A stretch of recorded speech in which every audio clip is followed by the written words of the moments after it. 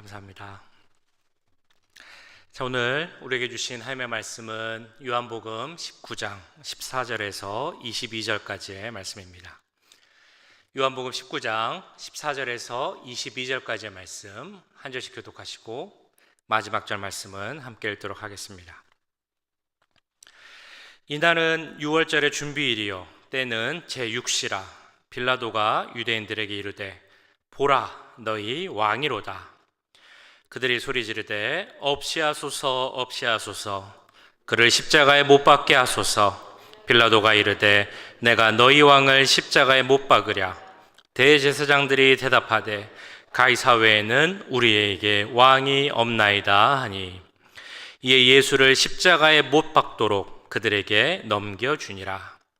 그들이 예수를 맡음에 예수께서 자기의 십자가를 지시고 해골, 히브리 말로 골고다이라 하는 곳에 나가시니, 그들이 거기서 예수를 십자가에 못 박을새 다른 두 사람도 그와 함께 좌우편에 못 박으니 예수는 가운데 있더라. 빌라도가 패를 써서 십자가 위에 붙이니 나사렛 예수 유대인의 왕이라 기록되었더라. 예수께서 못 박히신 곳이 성에서 가까운 고로 많은 유대인이 이 패를 읽는데 히브리와 로마와 헬라말로 기록되었더라. 유대인의 대제사장들이 빌라도에게 이르되 유대인의 왕이라 쓰지 말고 자칭 유대인의 왕이라 쓰라 하니, 같이 씁니다.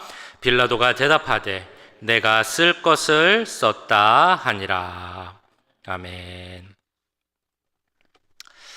네, 우리가 교회에서 사용하는 십자가가 있습니다. 우리가 교회에서 흔히 보는 십자가, 말 그대로 다른 것 없이 십자가만 있는, 십자가 모양만 있는 그런 십자가입니다.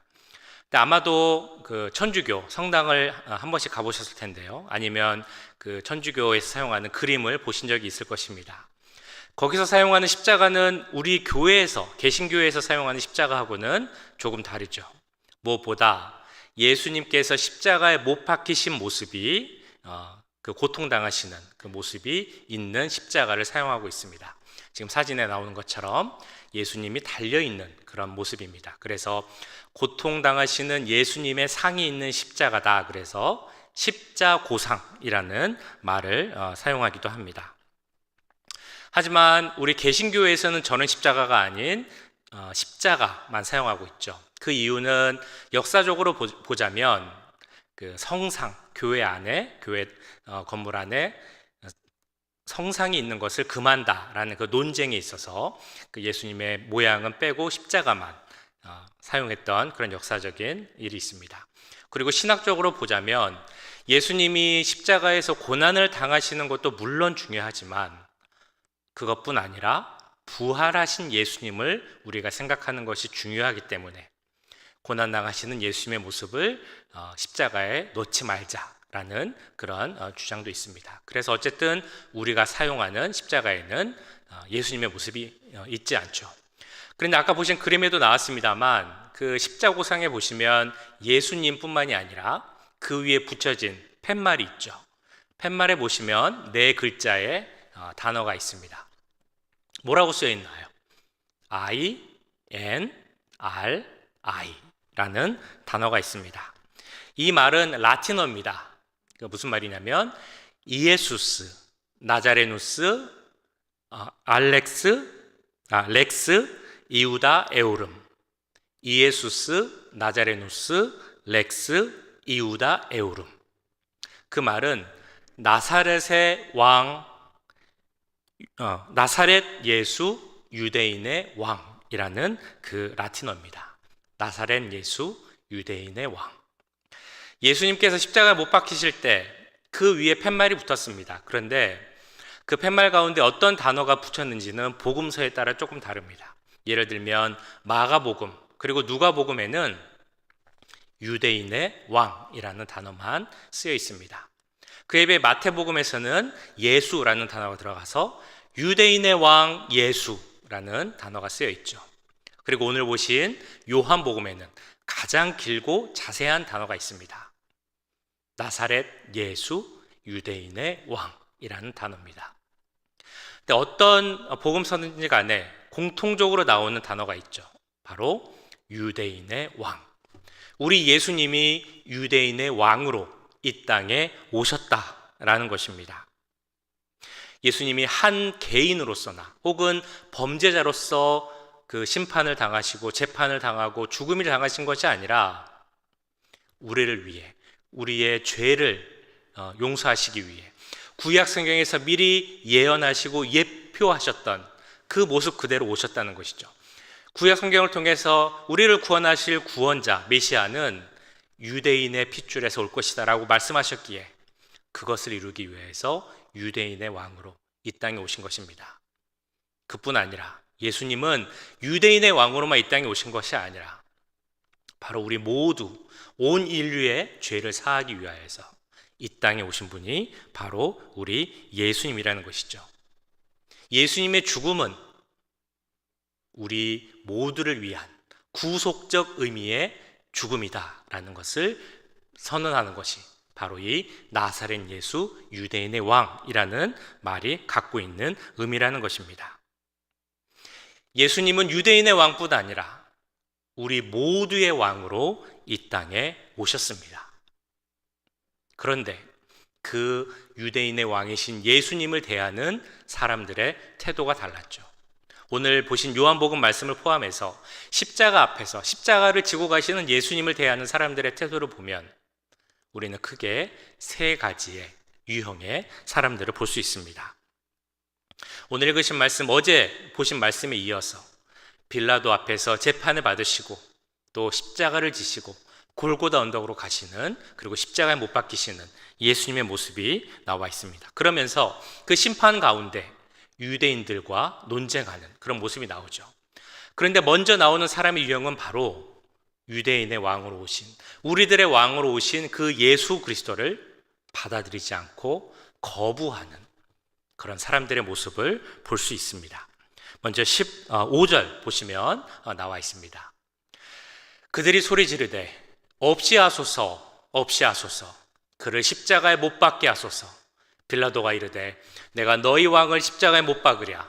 대제사장들이 대답하되 가이사 외에는 우리에게 왕이 없나이다 하니. 빌라도가 이야기했습니다. 이 사람은 죄가 없다, 죄를 찾을 수 없다.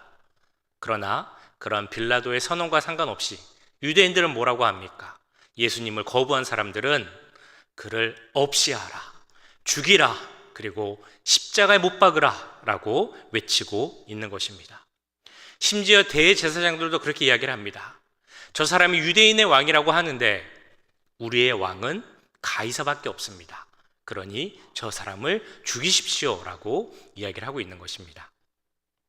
이스라엘은 어떤 나라입니까? 하나님이 택하신, 스스로를 선택된 백성이라고 부르는 그런 나라입니다. 즉 하나님의 통치, 직접적인 통치를 받겠다라고 하는 그런 나라와 백성이라는 것이죠. 그런데 그 나라의 백성들이, 더군다나 종교 지도자인 대제사장이 하나님이 세우신 왕도 아닌 로마의 가이사를, 그 사람만이 우리의 왕이다라고 이야기하고 있는 것입니다. 그 예수라는 사람을 죽이기 위하여서, 나의 갖고 있던 욕심과 이익과 기득권을 챙기기 위하여서 그 예수 그리스도를 거부하고 죽이라라는 그런 참담한 말을 하고 있는 것이죠. 그들은 진정한 왕으로 이 땅에 오신 예수 그리스도를 알아보지 못하고 그 예수님을 거절했던 것입니다. 그 중에 또 한 사람이 있죠. 바로 빌라도입니다. 예수님에게 왕이라는 이름을 붙여줬지만 왕으로 알지 못하였고 받아들이지 못했던 그 사람이 바로 빌라도입니다. 사실 빌라도가 예수님을 왕이다, 유대인의 왕이다라고 불렀던 것은 그 안에 이미 예수님을 조롱하고 모욕하고자 하는 의도가 이미 많이 담겨져 있었습니다. 유대인의 왕이라는 팻말도 붙였습니다. 그러나 그 팻말을 붙인 이유 역시 예수님을 왕으로 받아들였기 때문이 아닙니다. 예수님을 모욕하고 또한 그 일을 할 수밖에 없게 만들었던 이스라엘 백성들까지도 모욕하기 위하여서, 조롱하기 위하여서 그 일을 벌였던 것이죠. 14절에 보시면 빌라도의 그 마음을 알 수 있는 말씀이 있습니다. 이날은 6월절의 준비일이요, 때는 육시라, 제6시라. 빌라도가 유대인들에게 이르되 보라, 너희 왕이로다. 빌라도는 그 이스라엘 백성들에게 보라, 너희 왕이로다 라고 말을 합니다. 그러나 원어에는 그 말 가운데 이 사람을 좀 보라고, 이 정말 처참하고 아무 볼 것 없는 몰골한 그 처참한 몰골의 사람을 보라라는 조롱의 의미가 담겨져 있었다는 것입니다. 재판정 앞에, 빌라도 앞에, 그리고 그 사람들 앞에 섰던 예수님의 모습, 우리는 생각해 볼 수 있습니다. 우리가 어제 영상으로도 봤던 것처럼 그 예수님의 모습이 너무나 처참하고 보기 힘들었다는 것이죠. 가시멀리관을 머리에 썼기 때문에 머리에는 피가 계속 흐르고 있었던 것입니다. 그 병사들에게 그 매질을 아주 모질게 당했기 때문에 온몸에 멍이 든 상태입니다. 아주 허름한 흉포 옷을 입었지만 채찍질로 인하여서 다 찢어졌죠. 몸에 흐르는 피로 인해서 그 옷이 다 젖었습니다. 뿐만 아니라 살이 찢기고 뼈가 보일 정도의 상처를 입은 분이 바로 우리 예수님이었습니다. 그 예수님을 가르치면서 사람들에게 이 빌라도가 얘기한 것이죠. 너희 왕을 보라. 이렇게 처참하고 힘없는 사람이 너희의 왕이냐? 왜 너희는 이 사람을 고소해서 이 사람을 꼭 죽이고자 하느냐? 라고 이야기하는 것이 바로 빌라도의 의도였다는 것입니다. 빌라도는 그 유대인들의 정치적 음모에 의해서 어쩔 수 없이 재판을 진행했습니다. 그 신문 과정에서 예수님은 죄가 없다라는 것을 알게 되었습니다. 그래서 3번이나 무죄 판결을 내리고 예수님을 놓아주려고 했었죠. 근데 유대인들이 뭐라고 반응을 합니까? 당신이 만약에 이 예수를 놓아주면 당신은 더 이상 가이사의 충신이 아닙니다. 그렇게 이야기하겠다고 협박하는 그 유대인들의 협박에 못 이겨서 예수님을 내어주지 못한 것이었죠. 그 협박에 자기의 의지가, 뜻이 꺾였기 때문에 그런 불쾌한 마음을 이 조롱의 표현으로 하고 있었던 것입니다. 그러나 그가 어떠했든지 간에, 어떤 조롱의 마음이나 불편의 마음을 갖고 있었든지 간에 그의 행동으로 인하여서 우리 예수님이 어떤 분이신지가 세상에 선포되었습니다. 이 내용이 19절에서 22절까지 나오고 있습니다. 19절, 빌라도가 패를 써서 십자가 위에 붙이니 나사렛 예수 유대인의 왕이라 기록되었더라. 예수께서 못 박히신 곳이 성에서 가까운 고로 많은 유대인들이 이 패를 읽는데 히브리와 로마와 헬라 말로 기록되었더라. 유대인의 대제사장들이 빌라도에게 이르되 유대인의 왕이라 쓰지 말고 자칭 유대인의 왕이라 쓰라 하니 빌라도가 대답하되 내가 쓸 것을 썼다 하니라. 예수님께서 못 박히신 십자가 그 위에 팻말이 쓰여졌다고 나오고 있습니다. 나사렛 예수 유대인의 왕, 그리고 3개국어로 쓰여져 있다고 나오죠.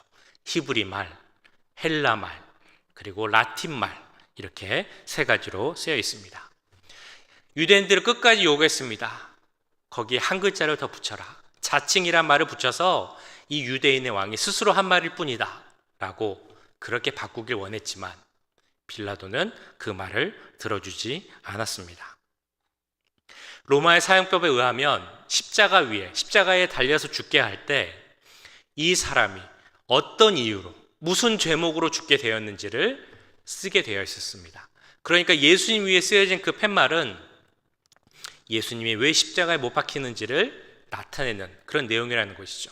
그 내용이 바로 유대인의 왕이라는 죄목이었다는 것입니다. 한마디로 이해가 안 되고 있을 수 없는 그런 일이었죠. 이런 말도 안 되는 일, 그리고 빌라도가 의도하지 않은 일이었지만 그럼에도 불구하고 이 일을 통하여서 예수님이 어떤 분이었는지가 나타나고 선포되었다는 것입니다. 나사렛 예수, 유대인의 왕. 그리고 그 말은 그 당시 사용되었던 3가지 언어로 표현되어서 세계를 향해 선포되었습니다. 각각의 언어는 이렇게 이해를 할 수 있다고 합니다. 히브리 말은 종교성을 나타내는 언어다. 라틴어는 법률을 대표하는 언어다. 그리고 헬라어는 그 당시 세상과 문화를 대표하는 언어다. 그러니까 이 예수님의 왕이라는 선포가 히브리어, 그리고 헬라어, 라틴어를 통해서 사용된 것은 그 당시의 종교, 그 당시의 사회와 문화, 그 당시의 법률, 그 모든 것이 우리 예수님을 이 땅의 왕으로 선포한 것이다 라고 해석할 수 있다는 것입니다. 이 내용은 아까 말씀드렸던 것처럼 빌라도가 조롱하기 위하여 쓴 팻말이었습니다. 예수님을 모욕하고 자기를 어쩔 수 없이 만든, 그거를 할 수밖에 없게 만들었던 그 유대인들을 모욕하기 위해 일부러 쓴 것이었습니다. 너희들이 죽이고자 하는 유대인의 왕이 이렇게 초라한데 그래서 너희가 그렇게 원하는 것을 얻었느냐 라는 그 내용이 있다는 것이죠. 그러나 이 모든 내용이 하나님의 계획과 섭리 가운데 진행되었음을 우리는 확신할 수 있습니다. 이것이 바로 우리 예수님의 정확한 명칭이기 때문이죠. 유대인의 왕, 우리들의 왕, 그 예수님을 바로 우리의 왕으로 받아들이는 것이 중요하다라는 것입니다. 그 십자가 앞에 빌라도와 같은 사람들이 많이 있었을 것입니다. 예수님을 보고 예수님 위에 쓰여진 푯말, 유대인의 왕이라는 것을 보면서도 보기는 보았지만 받아들이지 못하는 사람들, 내 죄를 알면서도 회개하지 못하는 사람들, 이 땅의 왕으로 오신 예수님을 나의 왕으로 받아들이지 못한 자들, 그처럼 예수님을 외면한 자들이 그 당시 있었습니다. 그러나 한편에는 그 예수님을 나의 왕으로 받아들인 자들도 있었습니다. 그 당시 세계 언어로 표현된 예수님의 왕되심을 인정하고 그 모든 일들이 하나님의 계획, 구원의 섭리 가운데 있었음을 알고 믿음으로 고백한 사람들이 있었다는 것이죠. 대표적으로 오늘 말씀에 나오진 않지만 백부장이 있었습니다. 그는 예수님의 모습을 보면서 이렇게 고백하죠. 마태복음에 의하면 그건 이렇게 말했습니다. 저가 진정 하나님의 아들이구나. 누가복음에 의하면 그는 이렇게 말했습니다. 저가 정녕 의인이로소이다. 이 백부장의 고백을 우리는 어떻게 받아들일 수 있겠습니까? 예수 그리스도가 진정한 하나님의 아들이시고 예수님만이 진정한 의인이시고 그분이 곧 우리의 왕이시라는 그런 고백이 돼야 한다는 것입니다. 이 백부장의 고백, 그는 의인이었고 하나님의 아들이었고 왕이었습니다. 왕입니다 라는 그 표현이, 그 고백이 바로 우리의 고백이 되기 원합니다. 예수님만이 나의 왕입니다. 예수 그리스도만이 우리의 왕이십니다. 입술로 고백하는 우리가 되길 간절히 바랍니다. 근데 이 고백은 입술의 고백으로는 끝나서는 안 됩니다. 입술의 고백, 이것도 어려운 것이지만 그것으로 끝나는 것이 아니라 우리의 삶으로 예수님이 우리의 왕이심을 나타내야 한다는 것이죠. 예수님을 우리의 왕으로 고백했으니 이제 앞으로는 내가 예수님을 왕으로 모신 그런 자로서 내 삶의 주인이 예수님이심을 나타내는 그런 삶을 살 수 있는 것은 아닙니다. 왜냐하면 내가 진정으로 그를 고백하였어도, 내가 그런 삶을 살고 싶어도 그것을 흔들려 하는, 그런 삶의 모습을 버리게 하는 많은 유혹과 시험이 있기 때문이죠. 그렇다면 우리에게 필요한 것은 내가 정말 진정으로 예수님을 왕으로 모시고 예수님을 나의 삶의 주인으로 삼고 있는 그의 삶의 모습을 보이고 있는가, 지금도 내가 그런 삶을 살고 있는가, 이것을 돌아보고 확인해야 할 것입니다. 그렇다면 예수님을 왕으로 모신 자는 어떤 삶의 모습을 가지고 있을까요? 예수님을 왕으로 모신 자는 무엇보다 오늘 예수님이 그 지신 십자가, 그 십자가와 십자가 위에서 당하신 고통과 고난이 바로 나로 인한 것임을 기억하는 자, 그 자가 바로 예수님을 왕으로 모신 자의 삶의 모습입니다. 오늘 17절 말씀 보시면 이런 말씀이 있습니다. 그들이 예수를 맡음에 예수께서 자기의 십자가를 지시고 해골, 히브리 말로 골고다이라 하는 곳에 나가시니. 예수님의 모습을 오늘 사도 요한은 이렇게 묘사를 합니다. 예수님께서 자기의 십자가를 지고 골고다로 가셨다. 예수님은 십자가를 져야 하는 이유가 전혀 없음에도 불구하고 그 당시 가장 악독한 형벌이었던 십자가를 지는 고난을 당하셨다라는 것입니다. 그 이유가 바로 우리의 죄를 용서하시고 우리를 구원하시기 위함이었다는 것이죠. 예수님이 십자가를 지신 것은 우리 때문입니다. 우리의 죄를 용서하시고 우리를 구원하시기 위함이라는 것이죠. 그런데 우리가 꼭 고백해야 할 것이 있습니다. 우리가 맞지만 오늘 고백해야 할 것은 그 예수님의 십자가는 바로 나로 인함인 것이다. 나의 죄 때문에 예수님이 십자가를 지셨다. 나를 구원하시기 위하여서 예수님이 고난을 당하셨다. 이 귀한 믿음의 고백이 우리 가운데 나와야 한다는 것입니다. 독일의 화가 중에 슈타인브루크라는 화가가 있다고 합니다. 이 화가는 예수님의 그림, 성화라고 그러죠. 성화를 그리는 사람이었습니다. 근데 이 성화를 그려서는 돈을 많이 못 버니까 다른 그림을 그리기로 한 거죠. 그게 바로 여자의 누드 그림이었습니다. 길거리에 있는 집시 여인을 데려다가 자기 작업실에서 누드 그림을 그렸다고 합니다. 그런데 마침 그때 작업실에 예수님이 십자가에 못 박히시는 그림이 있었습니다. 그 여인이 이 슈타인브루크를 보고 질문을 했다고 하죠. 저 사람은 무슨 죄로 인하여서 저런 형벌을 받고 있는 것입니까? 예수님을 전혀 모르는 여자였던 것 같습니다. 그러자 이 화가가 여인에게 이렇게 대답을 했습니다. 예수님은 우리의 죄 때문에 죽으신 겁니다. 여인이 다시 물어봤습니다. 저분이 저와 선생님의 죄 때문에 죽었습니까? 그래서 그에 대해서 화가가 그렇습니다 라고 대답을 했겠죠. 그런데 그 그렇습니다 라고 대답을 하는데 마음속에 큰 울림이 있었다는 거예요. 그날 밤 그 낮에 있었던 일을 생각하는데 많은 생각이 들었다는 것입니다. 그 십자가가 나로 인함이었다는 것을 생각하지 못했었다라는 것이죠. 그날 말씀을 보고 기도를 하는데 그렇게 눈물을 흘리면서 고백을 했다는 것입니다. 그분의 죽음이 나를 위한 죽음이었고 그분이 맨 십자가가 나를 위한 십자가였고 그분이 당한 고통이 바로 나 때문에 당한 고통임을 알게 되었다라는 것입니다. 그것을 깨닫고 이제 다시 그림을 그렸습니다. 그 그림의 제목이 이 사람을 보라라는 그림입니다. 에케이 호모라는 제목의 그림인데요. 여기 한번 보시면 나와 있을 것입니다.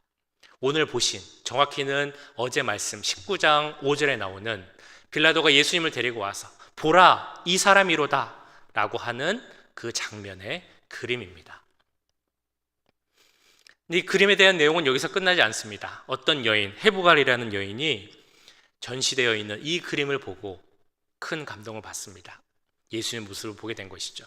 그리고 머리에 시 한 편을 그리게 되는데 그 시의 내용은 이렇습니다. 내 너를 위하여 몸 버려 피 흘려 내 죄를 속하여 살 길을 주었다.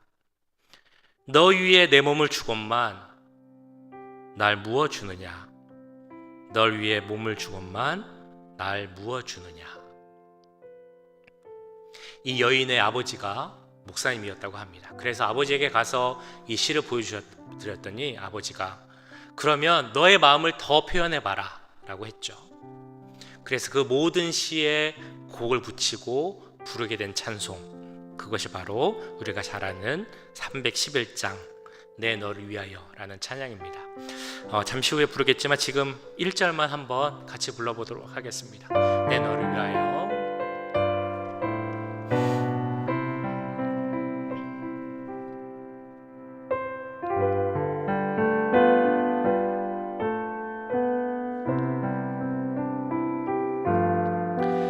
내 너를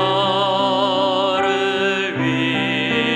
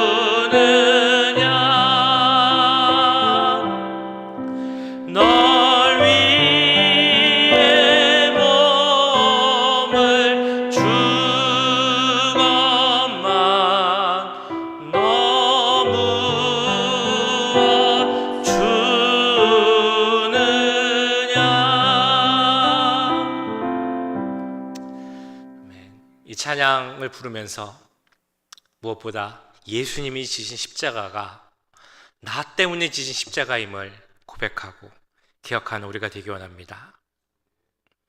그렇다면 그렇기에 나를 위해 지신 십자가이기에 그 십자가를 지신 예수님을 나의 왕으로 받아들이고 그 왕의 예수님을 왕으로 삼는 자로서의 삶을 사는 것이 너무나 중요할 것입니다.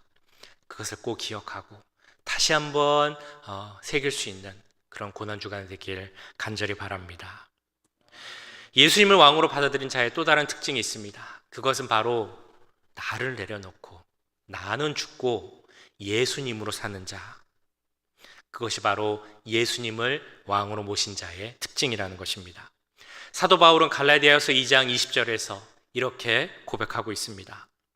내가 그리스도와 함께 십자가에 못 박혔나니 그런즉 이제는 내가 산 것이 아니요 오직 내 안에 그리스도께서 사신 것이라.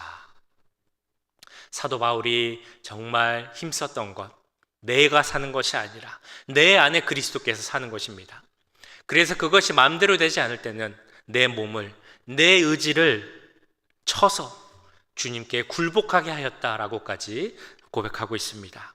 이처럼 주의 통치를 온전히 따르는 자가 예수님을 왕으로 모신 그런 자입니다.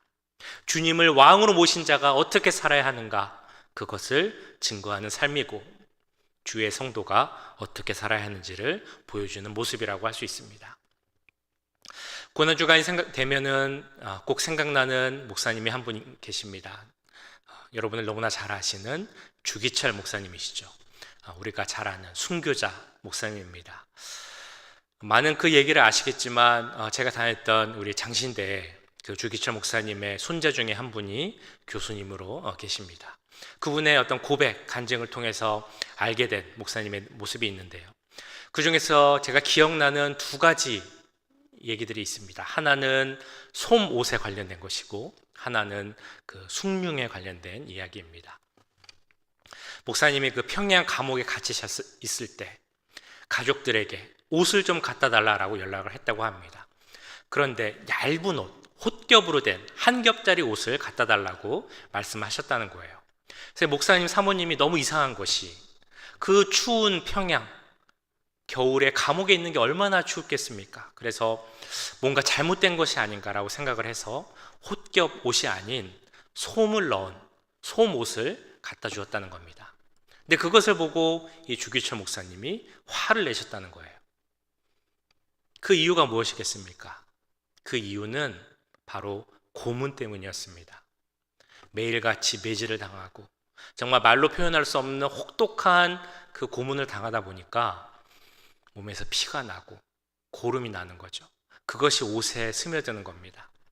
그리고 이 자들이 악랄한 것이 고문을 당하다가 정신을 잃으면 물을 뿌려서 정신을 깨게 한 다음에 다시 고문을 하는 겁니다. 그 물이 옷에 또한 새겨져서 이것이 얼고 몸에 붙고 그러다 보니까 그것을 입고 있는 것이 너무나 고통스러웠다는 겁니다. 그래서 목사님이 그 추운 겨울이지만 솜옷을 가져오지 말고 홑겹옷을 가져와라 라고 이야기를 했다는 것이죠. 사람이 매일같이 똑같은 고문을 당하고 고통을 당한다는 것이 얼마나 고통스러운 일인가를 우리는 잘 모를 것 같습니다.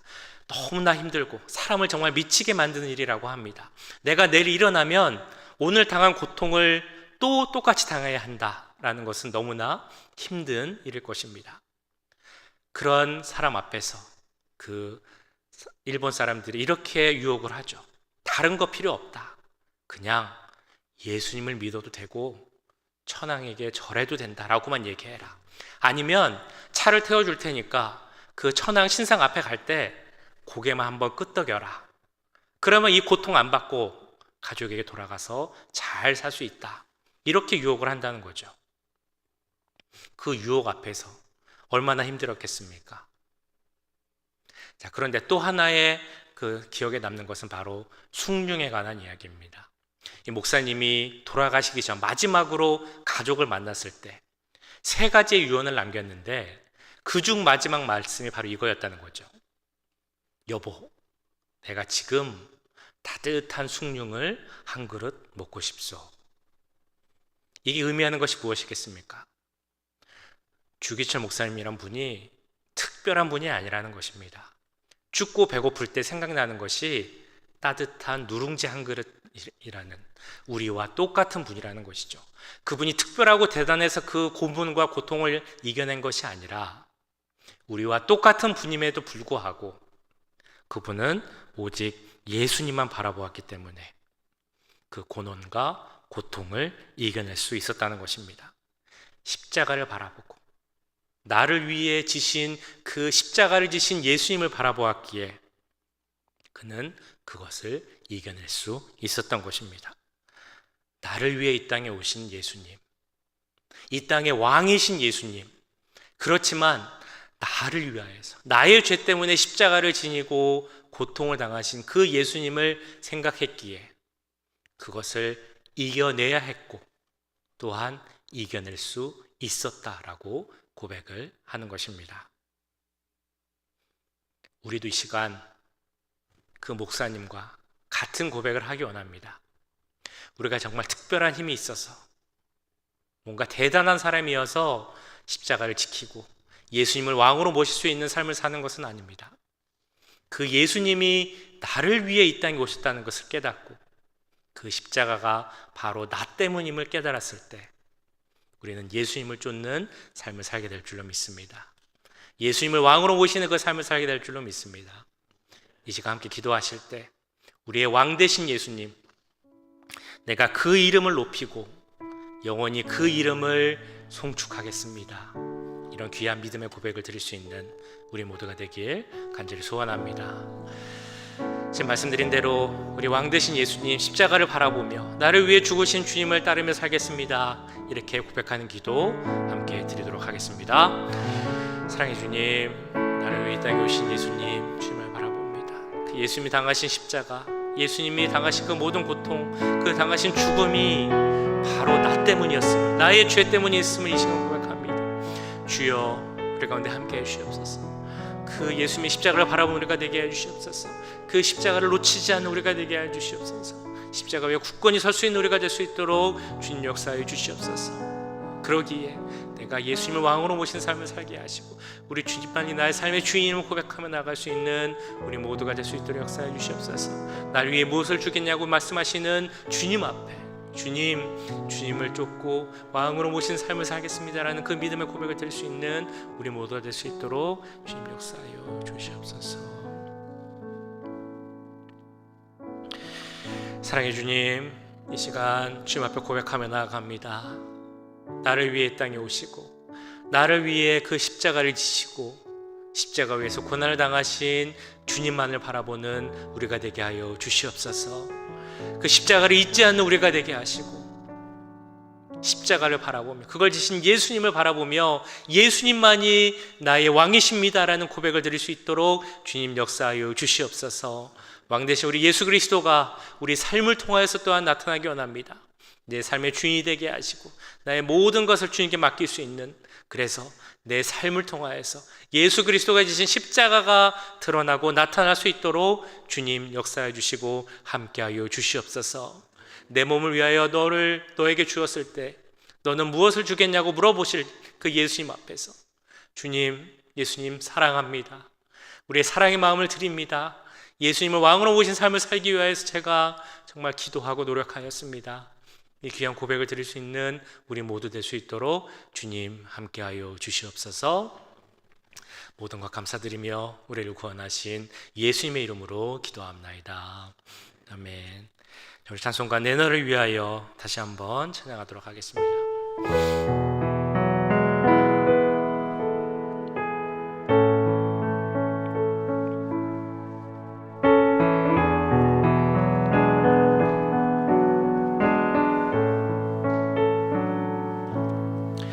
내 너를 위하여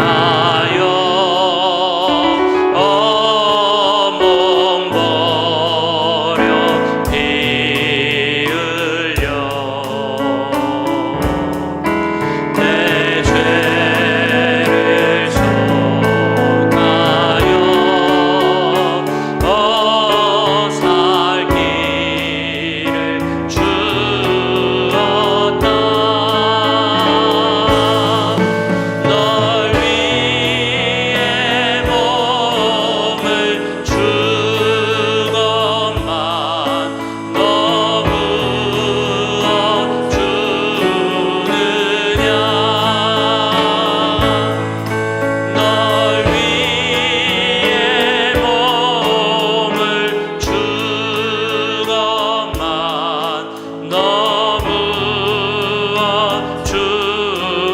아버지 보좌와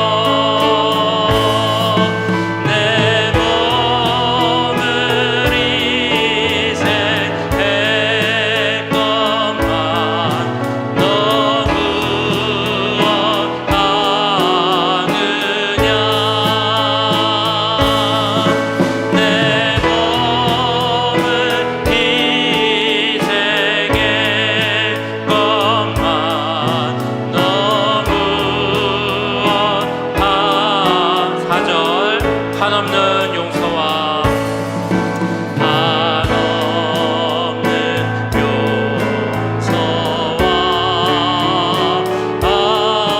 참 사랑 다짐으로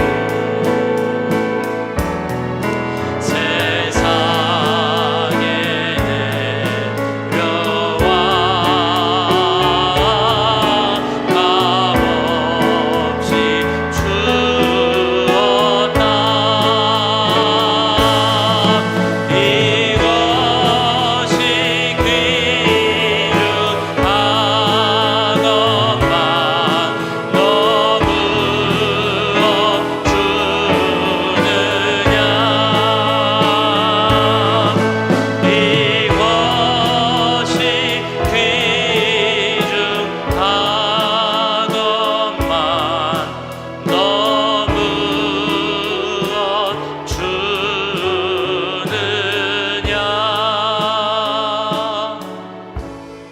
아멘. 지금은 우리 주 예수 그리스도의 은혜와 하나님 아버지의 무한하신 사랑하심과 성령 하나님의 감화 감동 역사 교통하심이 나를 위해 이 땅에 오시고 나의 죄 때문에 십자가를 지시고 나의 구원을 위해 십자가 죽음을 당하신 그 예수 그리스도가 나의 왕이심을 고백하고 그 뜻에 따라 살기를 원하는 이 자리에 함께한 모든 주의 자녀들과 그 가정과 그 직장 위에 또한 우리 교회 위에 지금부터 영원까지 함께 하시길 간절히 축원하옵나이다. 아멘.